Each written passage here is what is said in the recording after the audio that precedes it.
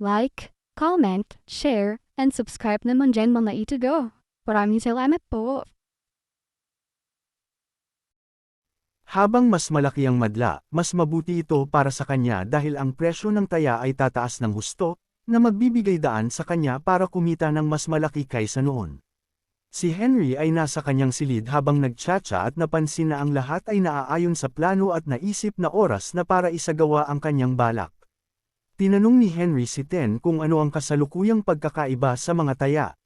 Sinabi ni Ten na ang pagkakaiba ay humigit kumulang 100 beses. Sinabi ni Henry na inaasahan niyang lahat ay umaasa ng malalaking bagay mula kay King. Sinabi ni Ten na normal ito dahil gustong kumita ng mga tao ng maraming pera at si King ang tanging swordmaster sa arena at hindi pa kailanman natatalo noon. Sinabi ni Henry kay Ten na bago magsimula ang match, gusto niyang tumaya sa sarili niya. Tumawa si Ten at sinabing kung sinusubukan niyang i-motivate ang sarili para manalo, sige lang. Naisip ni Henry na mabuti at tinatanggap ito ni Ten ng ganoon kadali. Sa arena, sinabi ni Henry sa receptionist na gusto niyang lumahok sa tayaan. Sinabi ng receptionist na ang mga contestants ay maaari lamang tumaya sa kanilang sarili. Sinabi ni Henry na tataya siya ng 10,000 gold sa sarili niya at sinabihan si Clever na ibigay ito sa kanya. Ginamit niya ang magic para ipakita ang 10,000 gold coins sa harap ng receptionist.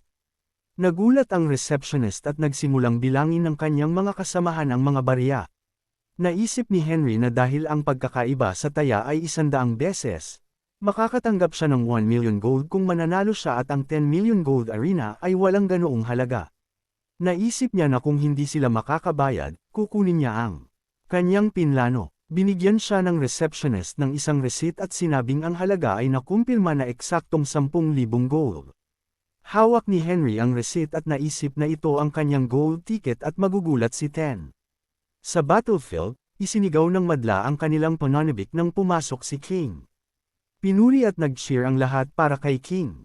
Tiningnan siya ni Henry at naisip na para sa isang tinatawag na King, mukha siyang ordinaryo. Inanunsyo ng mga judges na sa isang laban na kinasasangkutan ng Crown Champion, ang pananakit sa kalaban ay pinapayagan at ang magkabilang panig ay sumang-ayon sa mga tuntunin. Sinimulan nila ang match, nakatayo silang nakaharap sa isa't isa, at nakaramdam si Henry ng isang kakaibang magical presence.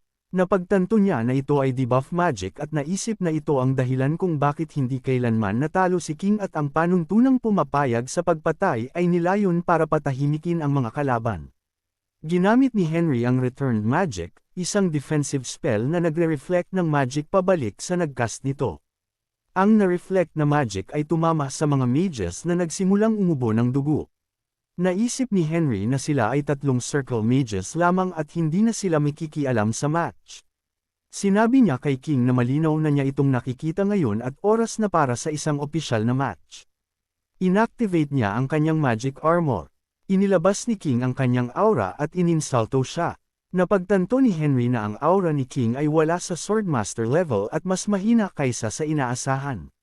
Nagpasya siyang tapusin na ang pagkukunwari, hinampas si King, at winasak ang sword ni King sa isang tira. Nagulat ang mga manunood. Si Ten, habang hawak ang kanyang alak, ay natulala. Inanunsyo ng judge na ang panalo ay si Henry Morris at sinalubong ang bagong champion. Nang maglaon sa bar, pinag-usapan ng mga lokal na narinig nila ang balita na si Henry Morris ang naging bagong champion ng Sword Arena. Sabi ng isa sa kanila ay nakita niya ito gamit ang sariling mga mata at si King ay hindi man lang naging kapantay niya. Sabi ng isa pa na nawalan siya ng maraming pera dahil sa kanya at dapat ay tumaya na lang siya kay Henry. Sabi ng iba na hindi sila makapaniwalang may bagong champion na lumitaw sa Vivaldi. Ipinabatid ng manager ni Ten sa kanya na ang champion na si Henry ay tumaya ng 10,000 gold sa sarili niya bago magsimula ang match.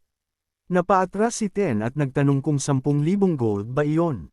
Sinabi ng manager na ang pinakamalaking pagkakaiba ay 112 at kapag isinama ito sa fight money, may utang silang humigit kumulang 110 at 10,000 gold kay Henry. Nagulat si Ten at sinabing kailangan na nilang patayin si Henry ngayon. Inisip niya na kung malalaman ng mga tao na ang 10 million gold arena ay magbabankrupt, ang kanyang karera ay matatapos na. Biglang binuksan ni Henry ang pinto, inihagis ang mga magician sa loob, at nagtanong kung sino ang papatayin nila at sinabihan silang sabihin ito sa harap niya.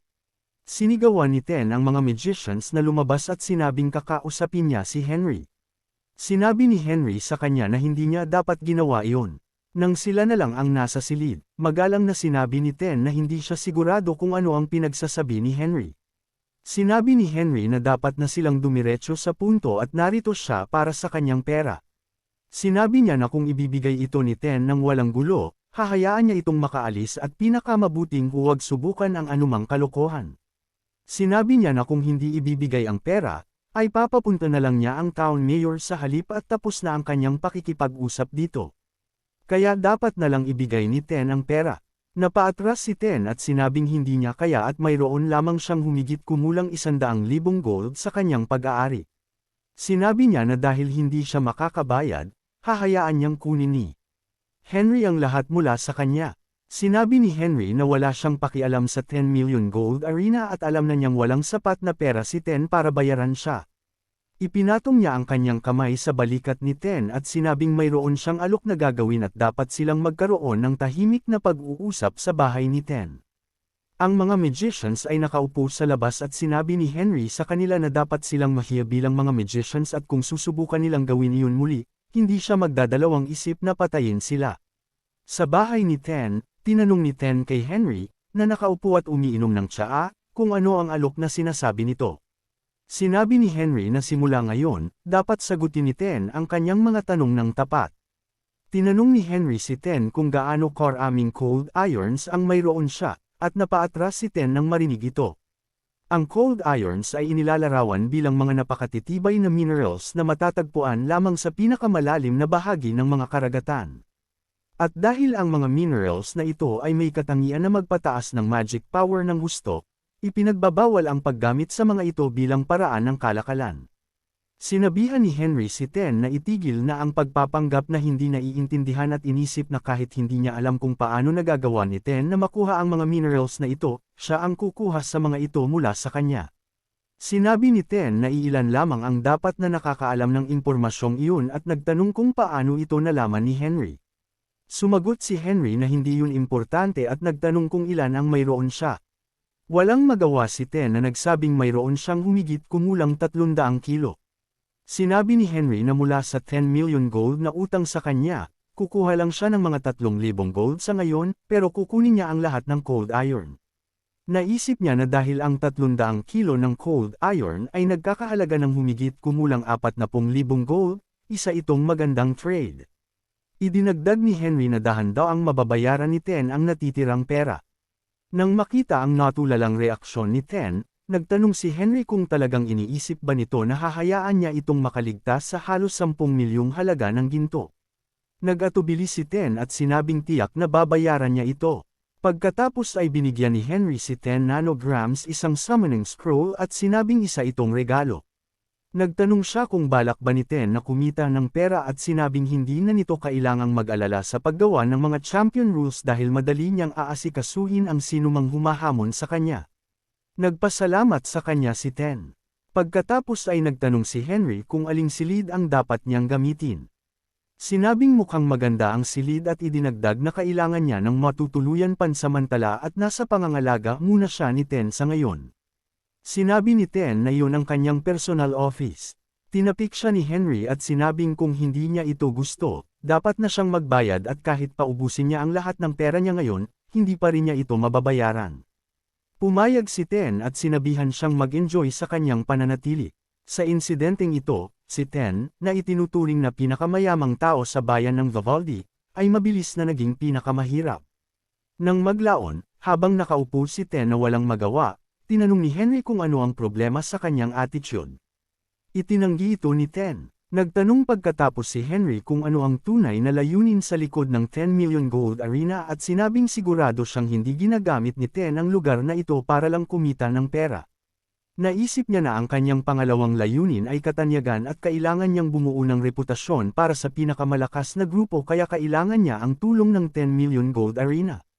Sabi ni Ten ay isa rin silang information brokers at gaya ng hinala ni Henry, mahirap mabuhay na umaasa lamang sa kita ng arena kaya Nagbibigay din sila ng impormasyon sa mga tao.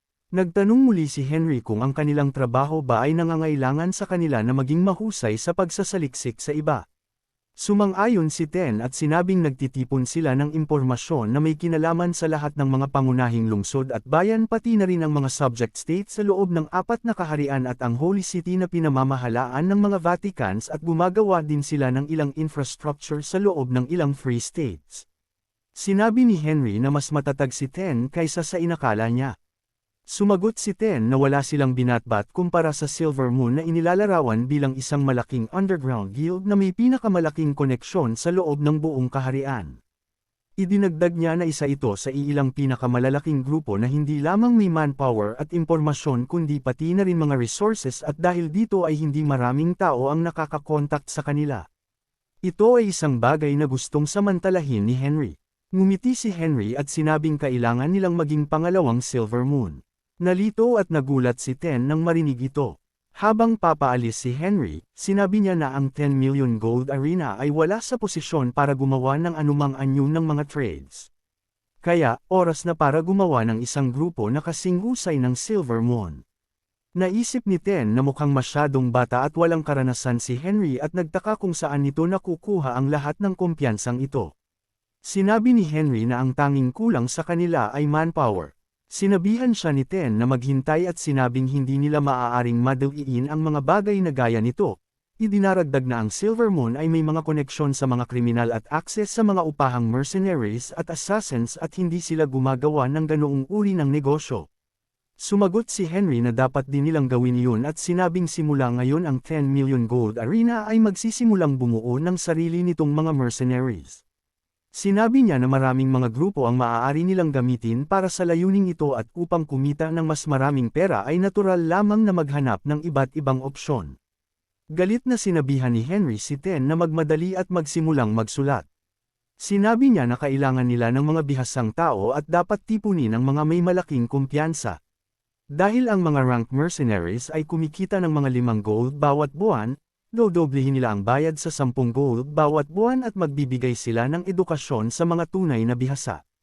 Idinagdag niya na kung wala silang matutuluyan, bibigyan din nila sila ng matitirhan. Sinabi ni Ten na masyadong bukas palad si Henry at dahil isa silang bagong tatag na mercenary group, wala pang masyadong trabahong gagawin sa simula. Sumagot si Henry na ito mismo ang punto dahil bilang isang bagong tatag na grupo ay wala silang pagpipilian kundi gawin ang mga kondisyong ito at nagtanong kung sino ang gustong magtrabaho sa isang lugar na walang maibibigay. Sinabi ni Ten na tama si Henry. Idinagdag ni Henry na magkakaroon sila ng gagawin dahil siya ang sisigot sa lahat ng mga bayarin at sinabihan si Ten na itigil ang pag-aalala at mag-focus sa pagpapakilala ng kanilang pangalan. Sinabi rin niya na siya ang magsasagawa ng mga interviews. Sumang-ayon si Ten at nagtanong kung ano ang dapat ay panggilan sa grupo. Sinabi ni Henry na gagamitin nila ang milyon. Ang pangalang milyon ay nagsimulang kumalat sa buong kaharian. Pinag-usapan ng mga mercenaries sa kanilang sarili na isang bagong mercenary group ang lumitaw sa Vivaldi at tila nag-aalok ito ng buwanang sahod na 10 gold kasama ang mga bonuses. Sinabi nila na ang alok ay hindi masama at iminungkahing pumunta doon. Sa 10 million gold arena, 2 kalahok ang naglalaban. Pinatigil sila ng receptionist at sinabing kung gagawa sila ng gulo ay mapipilitan silang paalisin sila at hiniling sa kanila na punan ang mga forms, idinaragdag na i-inform muna nila ang kanilang manager na nandoon sila. Samantala, umiinom ng tsaa si Henry sa kanyang opisina nang dumating si Brent, na humihingal, at nagtanong kung anong mahalagang bagay ang gustong pag-usapan ni Henry. Pagkakita sa kanyang kondisyon, nagtanong si Henry kung tumakbo ba ito papunta at sinabing hindi na nito kailangang gawin iyon. Pagkatapos ay inanyayahan siyang maupo. Nagtanong si Brent kung ano na naman ito ngayon. Sinabi ni Henry na hindi kailangang matakot ng ganoon si Brent at nagtanong kung alam ba nito na ang bilang ng mga bisita sa bayan ng Vivaldi ay umabot sa pinakamataas na antas sa araw na iyon.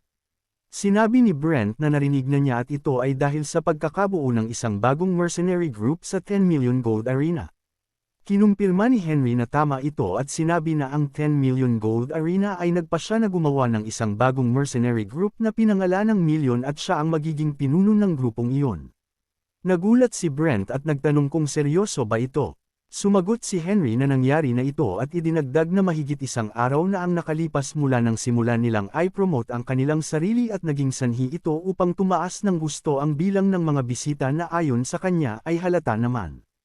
Nagtanong pagkatapos si Henry kung natatandaan ba ni Brent ang kanilang nakaraang pag-uusap at sinabi ni Brent na oo. Sinabi pagkatapos ni Henry na may isang bagay siyang gustong itanong at sinabihan si Brent bilang mayor na dapat nilang itaas ang tax.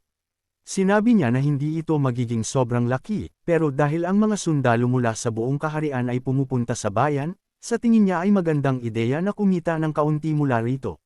Sumigaw si Brent na hindi niya magagawa iyon at sinabing siya ay mayor lamang ng bayan at ang mga presyo ng tax ay kontrolado ng kaharian, kaya isa itong bagay na hindi niya mababago. Sumagot si Henry na sigurado siyang ganoon ang kaso para sa mga taxes tungkol sa buong lungsod. Pero dahil si Brent ang mayor, sigurado siya na may kapangyarihan itong kontrolin ang mga taxes sa ilang bahagi ng bayan. Sinabi niya na sa pamamagitan ng pagtataas ng taxes sa ilang mga lugar, hindi lamang ang ekonomiya ng bayan ang masisigla, kundi makakagawa din si Brent ng malaking kita.